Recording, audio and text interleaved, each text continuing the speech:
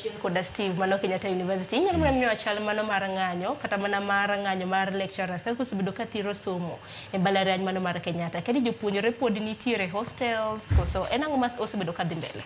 Erokamano mokwongo kaka yawacho tiegra e weche yedhe to mar ariyo Kenyatta University en mbalariany moting'o nyithindo moingo 80,000 to the number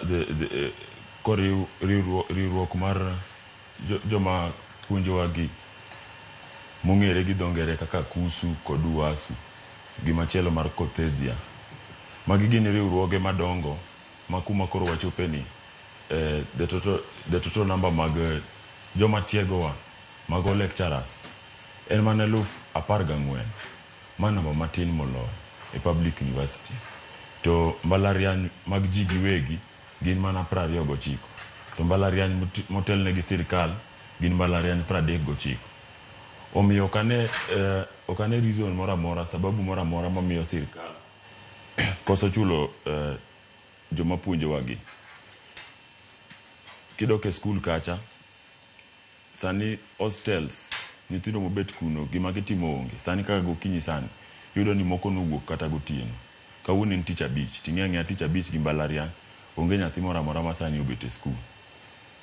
Koro mgomono ng'anyono en ng'anyo moro ma omiyo kumoramora ma wantie wan frustrated kaka loch nowacho cha nikech in a week e juma adhiga practicals ndalo ariyo mano tich ariyo gi tich ang'wen to practical ka seche ma wabete gin 4 hours. Koro sani kaka ng'anyo onge ni for 7 weeks I've lost asewito almost 56 hours. Recovering these hours okay en gima yot. To machielo mano nyiso ni semester ni okethore. To kaka osekethore ni manyien kabiro helb achiel cha ma gidwa ni wasom go semester 2 en gima ok nyalre. Omiyo kaka loch noluongo ng'anyo vijende nowuok nikech en gima gi associate god.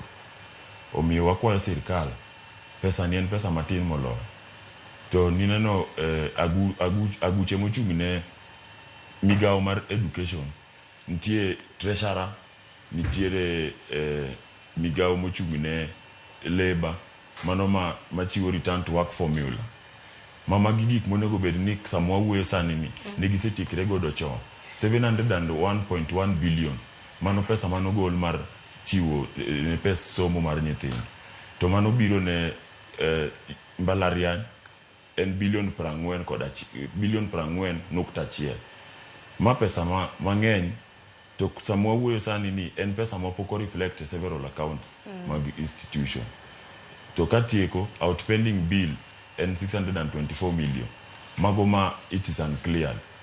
Koro gigi chochowa wapenje ni to sirkal pes magindiko nwa gi mwaneno nenagi dak lecturers wanyiswa ni gimoro donje mfuko gi. To gintiere iki maradi George